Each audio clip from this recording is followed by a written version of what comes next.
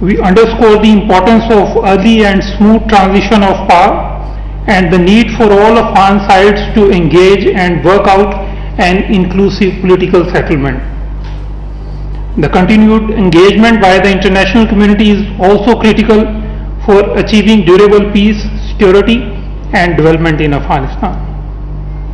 As for Pakistan, we are committed to work together with the international community to advance our shared objectives in Afghanistan. I would also like to share our ongoing efforts to facilitate evacuation or temporary relocation of members of the international community from Afghanistan, including diplomats and staff, representatives of international organizations, media and others. The Embassy of Pakistan in Kabul is open, fully functional and is providing consular services and all possible assistance to Afghans, Pakistanis and other nationals. Special arrangements have been made to bring back Pakistanis by air and via Tokham border. Pakistan International Airlines is operating additional flights from Kabul. A 24/7 special interministerial cell has also been established in the Ministry of Interior for facilitation in visas on arrival and other related matters. Now coming to the situation in the Indian illegally occupied Jammu and Kashmir, the draconian curbs on the fundamental freedoms of Kashmiris continue in IIOJK. We strongly condemn the use of tear gas shells and firing of warning shots on Muslims who took part in the peaceful Muharram procession in the occupied territory.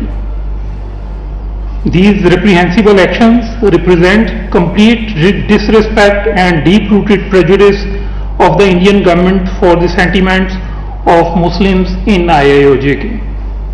It is also a flagrant violation of Kashmiris' fundamental rights to freedom of religion. India must realize that no amount of oppression can subjugate the Kashmiris and break their will in their just struggle for the right to self-determination. Pakistan calls upon international community, the United Nations and other human rights and humanitarian organizations to take notice of brutal suppression of the religious rights and freedom of Kashmiri people in violation of international law and conventions. We also call upon the Government of India to end its egregious human rights violations in IIOJK and take concrete steps for just resolution of the Jammu and Kashmir dispute in accordance with the relevant United Nations Security Council resolutions and wishes of the Kashmiri people.